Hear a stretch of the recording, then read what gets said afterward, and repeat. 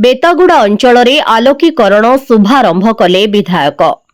गजपति जिला गुम्मा ब्लॉक अंतर्गत बेतागुड़ा अंचल आलोकीकरण शुभ उद्घाटन कले विधायक रूपेश पाणिग्राही। एही अंचल पारला सहर को लागि रही अनेक सरकारी बेसरकारी अनुष्ठान गुड़िक रही। एही अंचल हजार हजार लोक बसवास करती। एही अंचल संपूर्ण अंधार होई रहुथला। स्थानीय लोके किछि दिन हेबो विधायकंकु अवगत करथिले। आज एही अंचल आलोकीकरण व्यवस्था होइथिबारु विधायक रूपेश पाणिग्राहींकु धन्यवाद जणाइछंती। एही उद्घाटनी उत्सव रे विधायक समेत पौर परिषद अध्यक्षा निर्मला सेठी, कार्यनिर्वाही अधिकारी लक्ष्मण मुर्मू, समस्त जंत्री और स्थानीय जनसाधारण उपस्थित थिले। गजपतिरु कृष्ण कुमार बेहरांक रिपोर्ट, न्यूज टाइम ओडिया। आज्ञा मो ना हूँ रणजित नायक, वृंदावती नगर बासिंदा।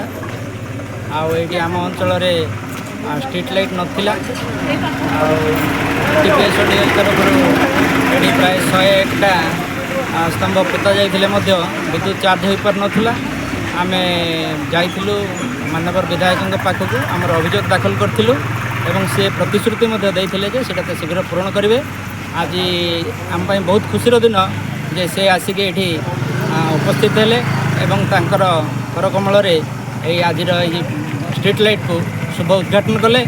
आमर अनेक दिन आशा द्वारा पूरण हो पार्टी। तेणु आम पूरा ये आमर वृंदावती नगर एवं संपूर्ण बेतगुड़ा अंचल तरफ समस्त तरफ अभिनंदन ज्ञापन करा जाउछि।